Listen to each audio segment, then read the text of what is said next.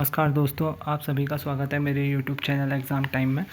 और आज हम डिस्कस करेंगे एमरजेंसी को, आपातकाल जिसे कहते हैं। बहुत इंपॉर्टेंट टॉपिक है और एग्ज़ाम में आपको 1 से 2 क्वेश्चन देखने को मिलते हैं। और जो ये हमारी सीरीज़ है NCERT सार संग्रह की चल रही है, महेश कुमार बर्णवाल जी की, काफ़ी इंपॉर्टेंट बुक है और उत्तराखंड में ज़्यादातर क्वेश्चन इसी बुक से आते हैं। तो चलिए स्टार्ट करते हैं। आपातकाल में किसी राज्य विधानसभा की अवधि बढ़ाई जा सकती है। तो आपातकाल में किसी राज्य विधानसभा की अवधि संसद द्वारा बढ़ाई जा सकती है। और किसने कहा कि राष्ट्रपति का आपातकालीन अधिकार संविधान को धोखा है? तो ये स्टेटमेंट है हृदयनाथ कुंजरू ने कही थी।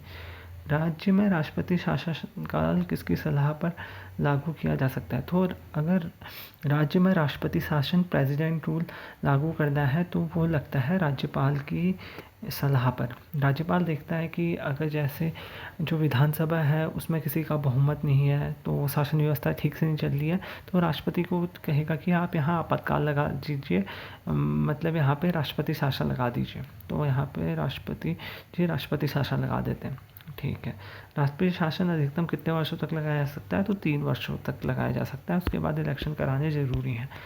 तो अब तक की गई आपात उद्घोषणाएं, अभी तक अनुच्छेद 352 का प्रयोग 3 बार किया गया है। इन 3 उद्घोषणाओं से संबंधित मुख्यतः इस प्रकार है।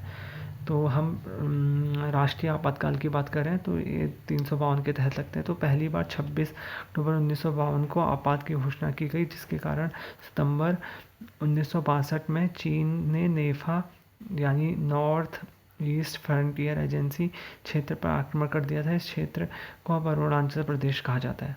आपात की दूसरी उद्घोषणा दिसंबर 1971 को पाकिस्तान द्वारा भारत के विरुद्ध उद्घोषित युद्ध छिड़ने के बाद की गई थी। यह उद्घोषणा मार्च 1977 में लागू रही। आपातकाल की तीसरी घोषणा आंतरिक अशांति के आधार पर 25 जून 1975 को की गई। यह घोषणा 21 मार्च 1977 को वापस ली गई। और अगर हम बात करें जो भारतीय संविधान के अनुच्छेद 352 के अनुसार क्या होता है, राष्ट्रीय आपातकाल कहते हैं इसे, नेशनल इमरजेंसी कहते हैं, कि घोषणा युद्ध, बाह्य आक्रमण अथवा सशस्त्र विद्रोह के आधार पर की जाती है। जो नेशनल इमरजेंसी होती है 352 के तहत, और 356 के तहत होता है प्रेसिडेंट रूल जिसे राष्ट्रपति शासन कहते हैं, और 360 के तहत होता है वित्तीय आपातकाल। भारतीय संविधान के किस अनुच्छेद के अंतर्गत भारत सरकार का दायित्व है कि वह बाह्य आक्रमण एवं आंतरिक अशांति की से राज्य की रक्षा करे? 355। और भारतीय संविधान के किस अनुच्छेद के अंतर्गत किसी राज्य में राष्ट्रपति शासन लागू किया जा सकता है?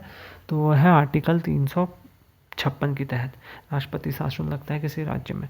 भारत में वित्तीय आपातकाल की घोषणा अभी तक एक बार भी नहीं की है। काफ़ी बार एग्जाम में आया, बहुत ही इंपॉर्टेंट है। और राष्ट्रपति मूल अधिकारों ये जो होते हैं 20, आर्टिकल 20 और 21 मैंने आपको मूल अधिकार में बताया है। तो क्या कहते हैं, इसके अंतर्गत स्थगित कर सकता है, अतिरिक्त जो अन्य मौलिक अधिकारों को होता है उनको स्थगित कर सकता है आर्टिकल 359। जैसे कोई आपातकाल लगता है तो उसमें आर्टिकल 20 और 21 खत्म नहीं होता। ये क्या है, जीवन की स्वतंत्रता का अधिकार 21 में कहता है। आर्टिकल 20 क्या है आपको कमेंट बॉक्स में बताना है। संसद द्वारा आपात की घोषणा का अनुमोदन कितने वर्ष की अवधि तक होता है? तो 1 माह तक। भारतीय संविधान के अनुच्छेद 356 के अंतर्गत राष्ट्रपति शासन प्रथम बार किस राज्य में लागू किया था? पंजाब। इंपॉर्टेंट क्वेश्चन है। राष्ट्रीय आपातकाल में लोकसभा की अवधि आपातकाल की समाप्ति तक बढ़ाई जा सकती है, लेकिन 1 वर्ष में केवल 1 बार तक ही बढ़ाई जा सकती है। राष्ट्रीय आपातकाल में क्या होता है, लोकसभा की जो अवधि होती है को आपातकाल की समाप्ति तक बढ़ाया जा सकता है, पर 1 वर्ष में केवल 1 बार ही बढ़ाया जा सकता है। तो ये हम फ्लो चार्ट देख लेते हैं, काफ़ी इंपॉर्टेंट है। आपातकाल के प्रकार हम देख लेते हैं।